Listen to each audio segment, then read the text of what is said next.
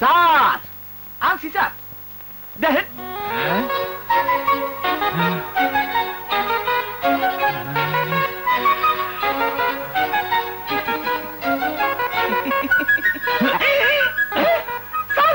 কি হয়েছে sir? Sir কি হলো? প্রেশারটা বেড়ে গেছে।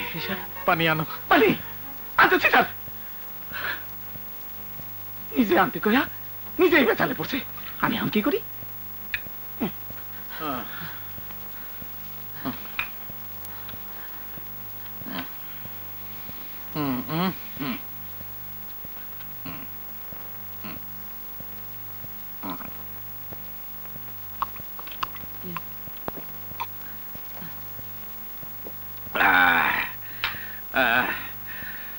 মাস্টার, ছেলেটিকে?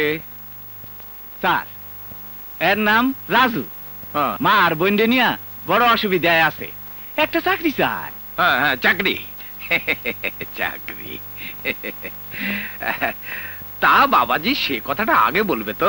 ইয়ে মানে আমি তো বলতে এসেছিলাম, আপনি হঠাৎ। কিছু না, ও আমার মাঝে মাঝে হয়। তা ইয়ে হবে, তোমার চাকরি হবে। হ্যাঁ, সত্যি বলছেন? 100% সত্যি, তোমার চাকরি হয়েই গেছে। আপনাকে যে কি বলে ধন্যবাদ দেব? আরে না না, ধন্যবাদ দেওয়ার কোনো দরকার নেই। তুমি যে কষ্ট করে চাকরির জন্য আমার কাছে এসছো, সে তো আমার বাপের ভাগ্যে। যা যা, এই শোনো, খবর দেওয়ার সঙ্গে সঙ্গে চলে এসো, কিন্তু ভুল করো না যেন। না, ঠিক আছে। শোনো মাস্টার, ছেলেটাকে ভালো করে ড্রেস আপ করিয়ে কতগুলো ছবি তুলে না, তারপর যা করার আমি করব।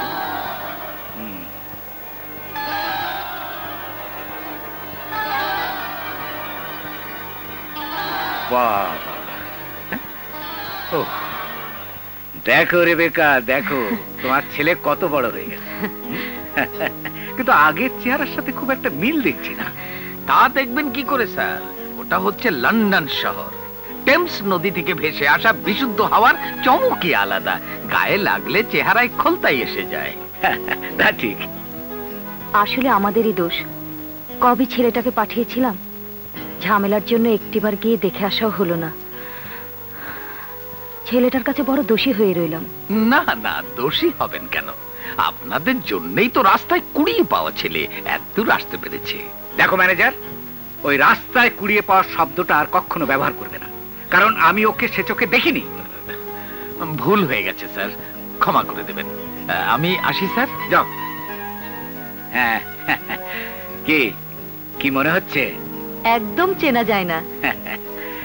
বয়স বাড়ার সাথে সাথে মানুষের চেহারার অনেক পরিবর্তন হয়। এই দেখুন আমার চেহারা কি সেই 21 বছরের ছেলের মতো আছে?